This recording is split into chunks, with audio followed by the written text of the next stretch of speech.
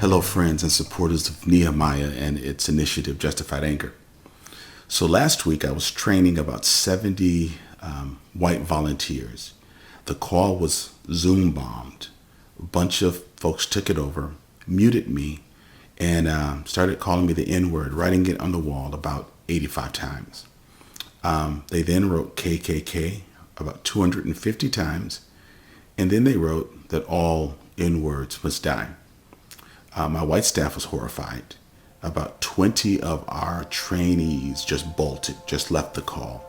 And I could hear my staff saying, oh my God, I'm so sorry. We're going to end this call. We're going to end this call. And I was muted and I just kept shaking my head like this. And they said, don't, Dr. G, don't end it. Are you sure you want to keep going? These are just words. They're not, this is how we live. This is 400 years. You think. Yeah, you know what? This is wow. So once we kicked everyone out, the culprits out, I then asked the would-be white allies, what did you see? What did you hear? What did you feel? Some started crying.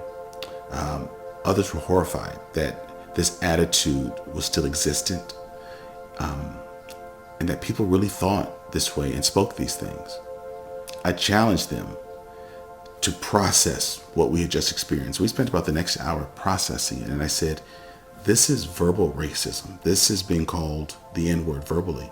But what about all the non-verbal ways in which I and my colleagues are called that or treated that way, even in a community like Madison? What have we really changed in light of all of what's happened recently? What does anti-racism really mean? Is it more than just reading a statement and carrying on business as usual?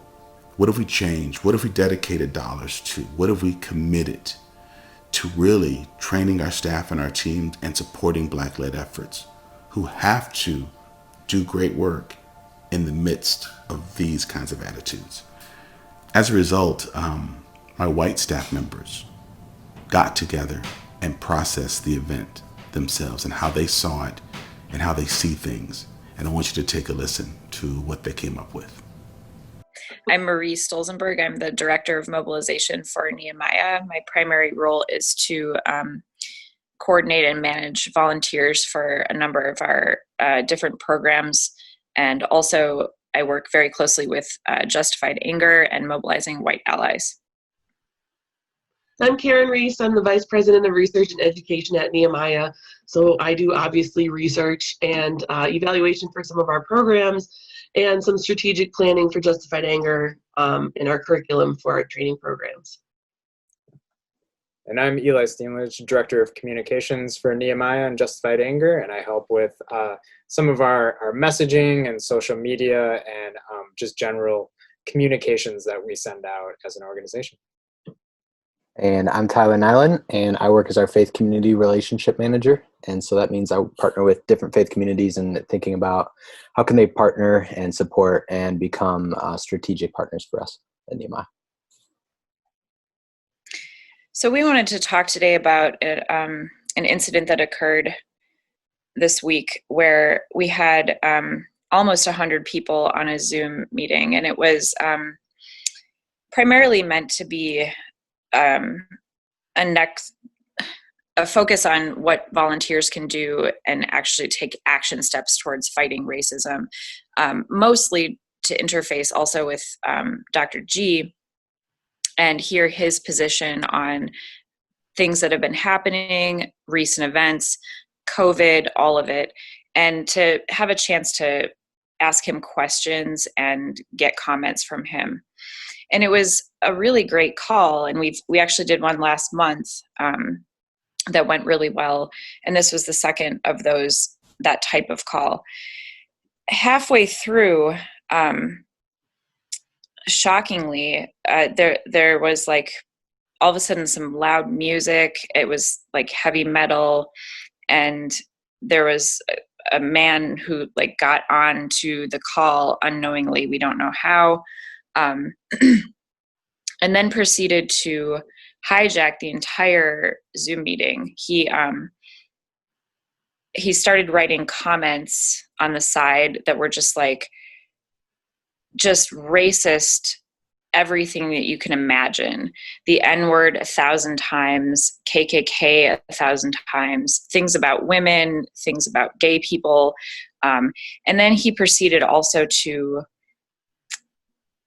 take people's names who were actually participants in the original conversation and use their names to make it look like they were saying these racist things.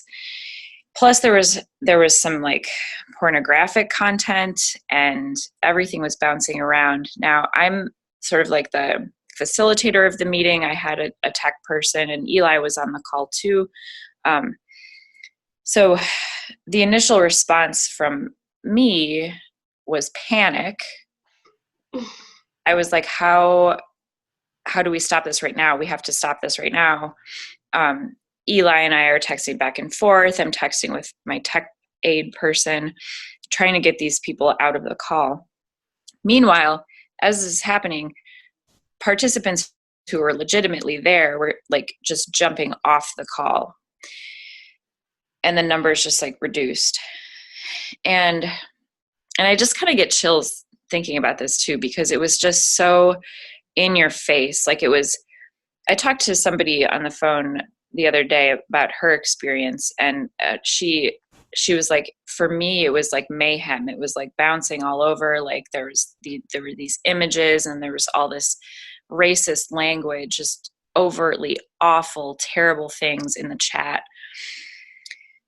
Finally, so Eli and I are texting back and forth, and he's like, Marie, I think you should shut it down. And I said, yeah. And I asked Pastor directly, Pastor G, do you want me to just shut this meeting down?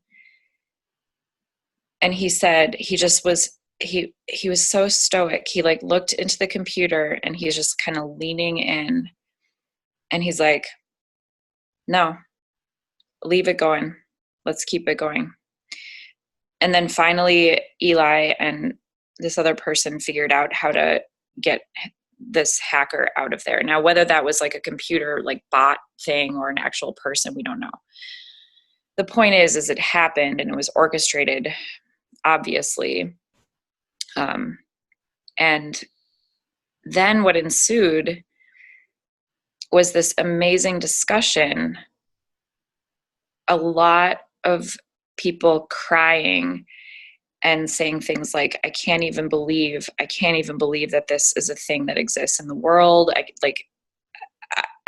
Just shock, absolute shock and surprise that could have happened. My perspective personally, like I said, initially was panic, then rage. And then when I saw how he handled it, absolute just awe at his leadership to take that moment of just awful, overt racism in his face, in all of our faces, and to say, instead of like running from this, we're going to lean into this, and we're going to look at it, and we're going to face it, and we're going to talk about it. And then later, I had my tears about it. And the very next day, woke up, and it was the first thing I thought about. That's what happened. Yeah, I think I had a lot of the same feelings, I think, experience you did going through that. And I think it was very generous of Dr. G to allow that time and space for, like, I think everybody else on the call was not Black or mostly white people. So to give that space for them, because I think it was a smaller scale example of like white people's privilege who don't have to experience this form of overt racism, right, all the time, or like barely ever. And so it did become very emotional for that to happen to, I think, this group of people. And you know, a lot of the first expressions were like, oh, Dr. G, I'm sorry this happened to you, that this had to go on, this was allowed. And he kind of, even in the midst of that, said like, hey, don't, like, I'm used to this, like, and I know where these people stand. And so, and I don't think that's to blow off the effect this can have on people of color. But he did, it was very generous for him to allow the people to process that, even though it is something that it goes much deeper for him and other people of color to experience all the time. But that was good. And I think it's still something we're sort of processing to see that happen. And that sort of intense as well. And one thing I've thought about is that sometimes in the organization or some of our conversations, we've talked about white space and black space.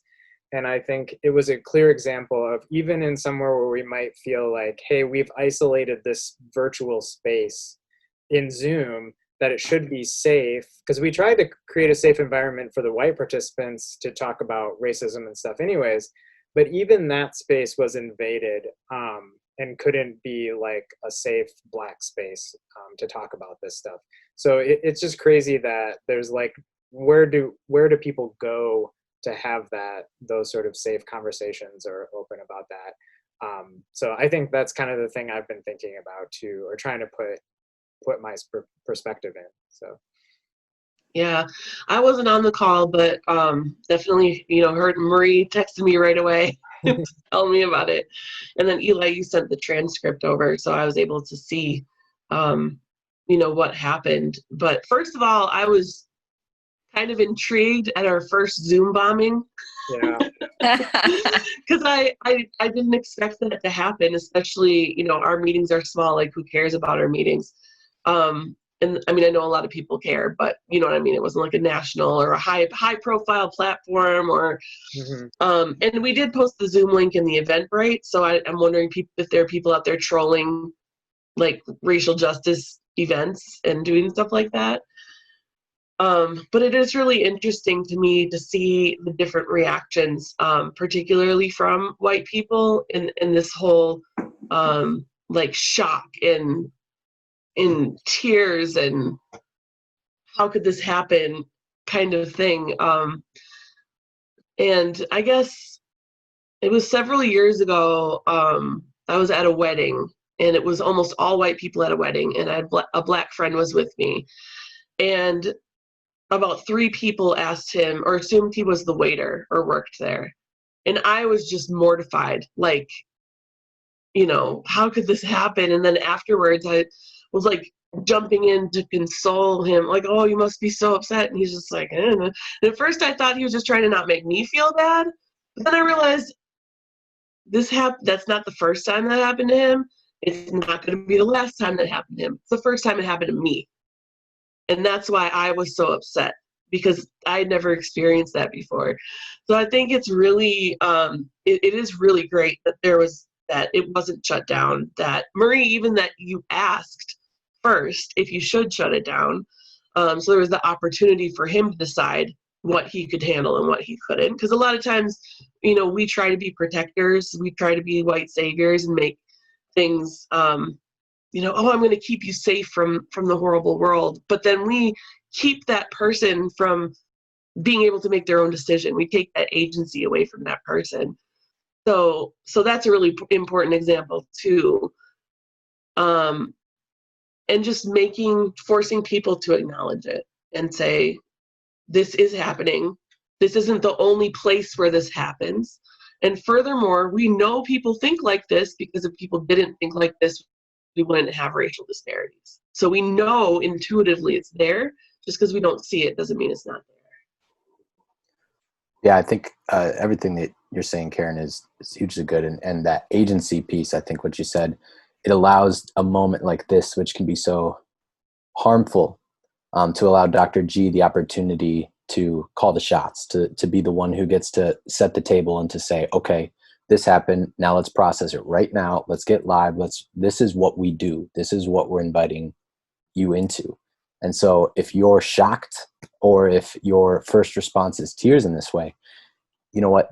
Sometimes we need to go through that stage, but we need to recognize that we can't stay in that stage, because this stuff is super real. And I think some people here, some people might think, or their first response might be, well, this is just a Zoom bombing. This is just kind of what happens on Zoom. So first off, the fact that this like is the sort of stuff that happens on Zoom is its own thing, like huge like issues Right. there. Like, oh, it's fine because this just happens on Zoom. Totally fine. Don't worry about it. It's cool. But the other thing that we have as a Black-led organization and as a organization that fights racial justice is Dr. G doesn't have the luxury to be to write it off as this could be just some random person in California. When this sort of stuff happens, he has to worry because we have white supremacists in Monona that we know of that literally exist in our city right now, that is being hidden from different places. You know, we have these horrific things. So he doesn't know if he's being targeted. We don't know if our organization's being targeted specifically for what we're doing in those things. And so while, you know, the other consequences of being, you know, we have an organization, you know, other organizations, let's say white-led organizations or organizations that are predominantly white, they have something like this happen in a business meeting or something like that with a predominantly white staff or white-led staff or all that sort of stuff. It turns into more of, oh, that was really awkward. Oh, whoops. This is bad.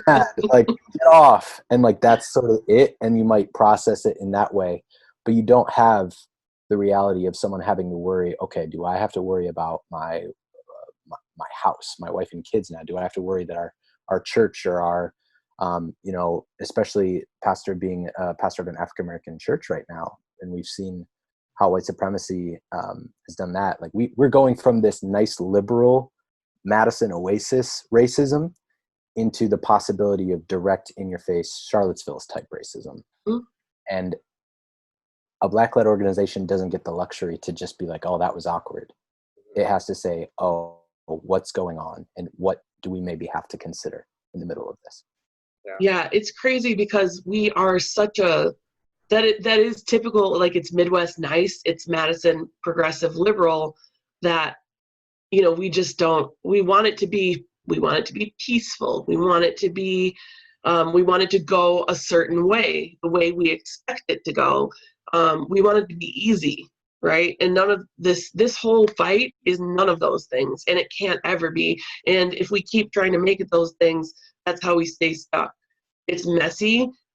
It's not always peaceful. It can't be.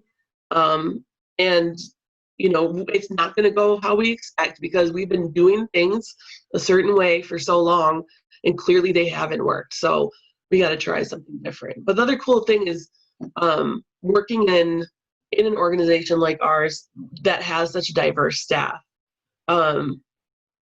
We are able to get those perspectives pretty readily, whereas a lot of white people in Madison are pretty isolated and, you know, don't have the opportunity to process.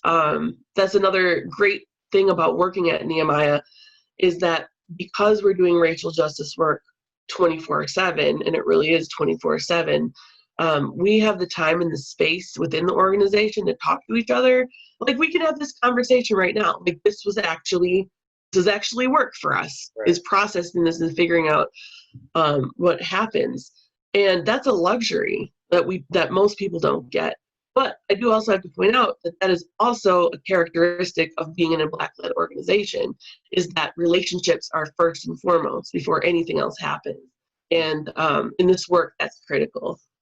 Yeah, I was reading an article about Zoom bombing, and I think this was a person of color, but they said it happened in a work meeting.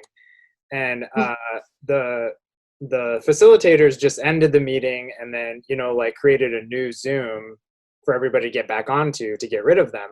And they just continued as if sort of like nothing happened and just kind of kept going. And that person said like they couldn't focus, they couldn't really like pay attention because nobody like addressed what just happened. And so I think that's important. And I did want to bring up, though, that like we often talk about one size doesn't fit all either.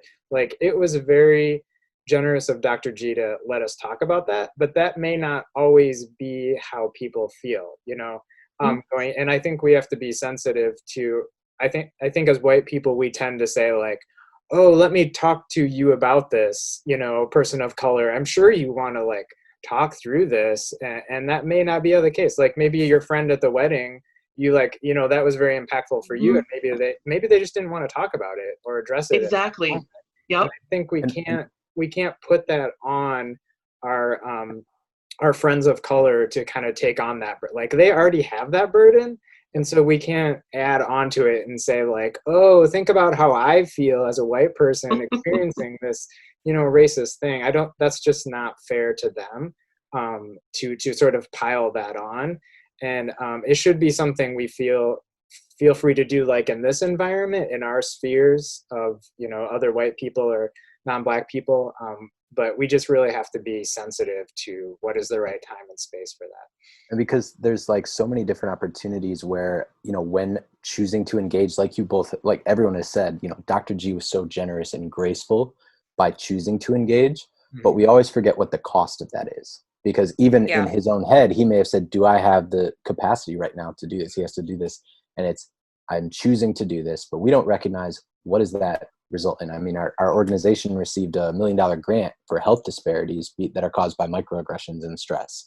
Mm-hmm. I can't imagine a more stressful place for someone of color than to be called the N-word and have to process it with the white people who were there in context, even if they weren't the ones perpetuating it, to have to process their tears. Right. You know, it's just huge. And I've been in a couple different meetings with. There was one in particular. There was a racial justice training in Chicago that I went to. Karen was there too, mm-hmm. and we were both there. And we had a white female lead who was who was talking about it, and they essentially said, you know, a phrase that said, you know, Black people's struggles really shouldn't be held higher or more above anyone else's. Like, let's just all say any sort of oppression is equal. And it just infuriated and like our staff, because it was like, how can we say that like Black and Indigenous people's struggles haven't caused, you know, Black people have been the one who've borne the burden of the entire civil rights movement, who they were the ones who had the dogs called on them. They're the ones who went across the bridge. They're who the ones created our economy. Exactly. Who created our economy, and allowed us to have a country. It's just like, and so the fact that you have to be present in that space is them, and then they also have to teach and correct. We literally left the presentation like 2 hours early because we're like, Dr. G's like, that's all we can really handle, because there's a cost. There's always a cost when we choose to do that. And if we forget that cost and just continue afterward, we really we miss the mark. Well, and I think too, back to a point you made earlier, Karen, about like, and this ties into what you were just saying, Tyler, as well. Like, there were people who, and I'm not trying to like call people out on this because everyone is in a different place in their journey, but I was very disappointed that people left the call because they had the choice to run from that ugliness, right? And like, they just were like, no, this is too hard for me to deal with right now. I can't do this. And I was proud of people who stayed on the call, who were like, okay, like, look at this. And Dr. G stayed on the call. So I think a lesson is like, we always as white people have this privilege of walking away from racism if we want to. We can be like, well, it doesn't exist. Or I don't want to deal with it right now. It's too hard. You know, like, and that is not a choice that Dr. G has. It's in his face all the time. Yeah, and if people are really serious about doing this work, you have to get in your mindset that you can't turn away either. Remember that it's always your choice, but if you are dedicated to this, you have to keep looking. Now, of course, there's self-care. You know, you got to take care of yourself. You got to have downtime. You know, alone time with your family where you are shutting off the world just like you would anything else. We're not talking about that. Yep. We're talking about saying, oh my God, I'm so sick of talking to white people who don't get it. You know, that doesn't help. I mean, people have been talking to white people that don't get it for a long time. But furthermore, like all of us, we're white people that didn't get it at one point, all of us on this call. And sometimes we still are white people that don't get it. Yep. Because we're never going to fully get it because we're white, right? I think Yeah, each and every exactly. one of us could tell you massive stories of how we have failed really bad, Really like bad. embarrassing. But the thing Maybe is, that's a different Zoom call. that might be a different thing called, like, how have we failed? Yeah. But what the big thing is, the difference, even if someone felt like they might feel a little called out or whatever based on, leaving the call or whatever. Yeah, to me, but like the piece about when you feel like you fail or when you feel like you called out, just choosing to say, I feel shame over this, but I'm not going to let myself wallow in shame, because that doesn't help anything. And if I just pick up my ball and go home because I failed once, it doesn't do much. We have to be willing to, when we fail, which you will do, and which unfortunately I've done way too many times. And I'm going to do it again. I'm not looking forward to we it. all are. I'm really not looking forward to the next time, but that we stay in the fight, and we are willing to own it, and to look stupid, and to look like, recognize that, yeah, we committed something like a racist act, and it sucks, and I wish I didn't do that. Yeah. I got to move forward with it. Yeah, I think it is important to remember that we all kind of bring our own baggage to this stuff too. So yeah, we're all on that journey, and a few sort of like cautions. I think it's easy after things like that to want to feel the need to, in this case, whether it's Dr. G or the person that was affected of color, to be like, hey, I get it. Now I understand, or like whatever, I'm with you. And I think what's even more helpful is saying, like we're talking about, like, hey, I'm ready to be in the fight, right? Like I'm ready to keep going, not necessarily to say like I get it now or something, or even like reaching out to, again, process that with that person, but just say, hey, I'm in it for the long haul, like I want to keep going and press in. And I think that's more of the important sentiment that we all kind of want to see. Yeah, and one of the things that I've seen based on this thing that happened, this one incident that happened, is I've seen a lot of white people reacting and saying, we have to do something about what happened, talking about this one incident. File hate crime charges. What are we going to do to address this? And the point is that this is not that one incident. What we're addressing is white supremacy as a whole in all of the ways it manifests. We don't need to take energy.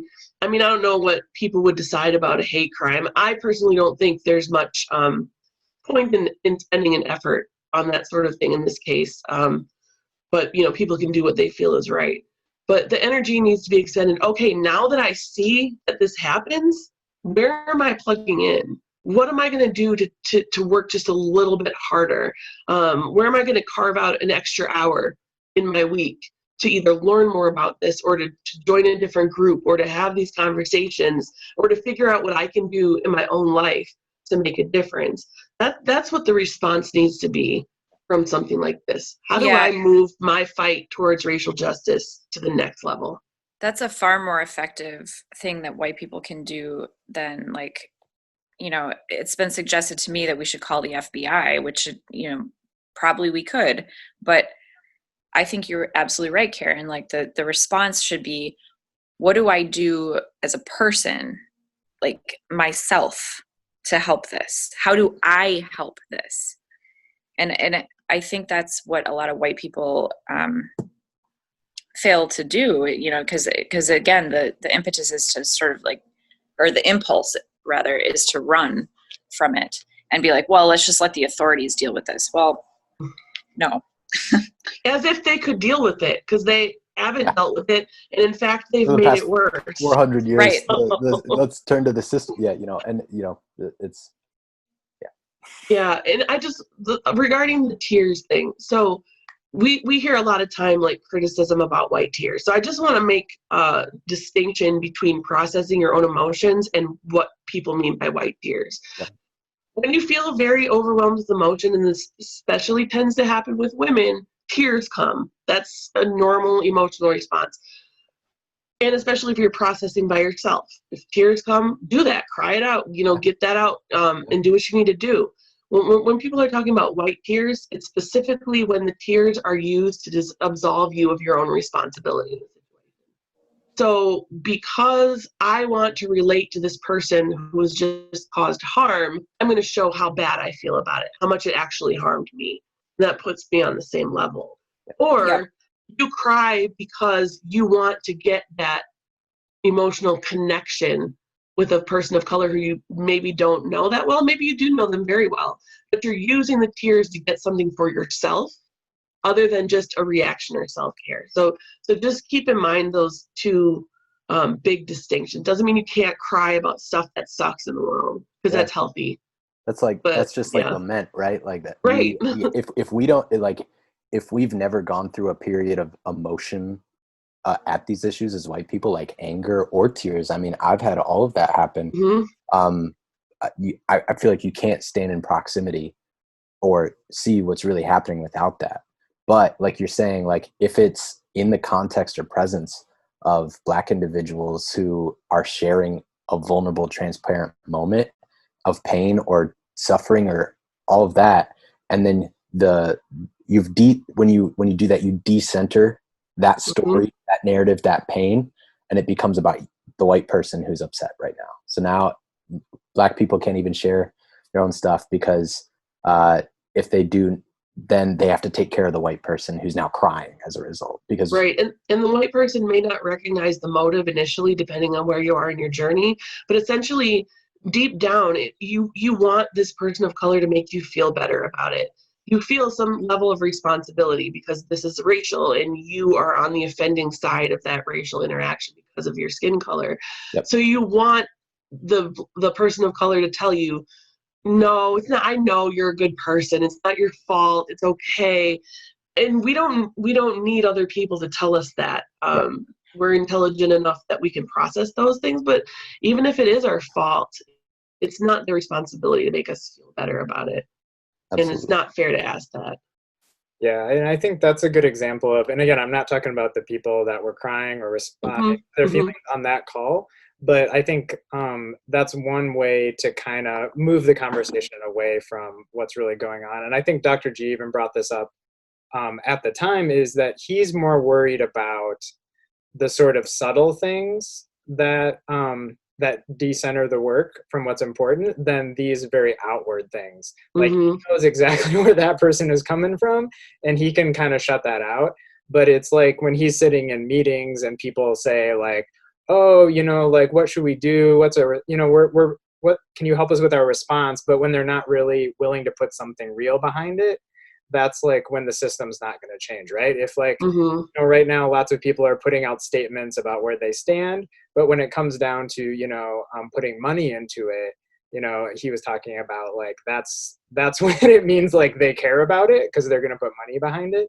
So things like that he was saying, that's what he's more concerned about because that means real change in people and in our systems. And that's maybe still not happening, So like you were saying, Karen, like people are saying, well, what do we do about this incident? But I think it's important to think broader than that too. So. Yeah, I mean, just to think about it as a lifelong journey as a white person to be involved in this and to really dedicate yourself. And like you said earlier, Karen, like, okay, how can I carve out like an hour this week because this bothered me so much? What can I do? And to really just embrace the fact that this is going to be, racism is not going to go away before you die. It's not. So like to just accept that and to be like, okay, like this is the real world. Like I'm a white person who has a ton of privilege, and what am I going to do? Like what good am I going to do with that privilege? And to really examine that and to really make a plan. Well, we've probably talked this through enough to give us, some perspective. So, well, until the next one.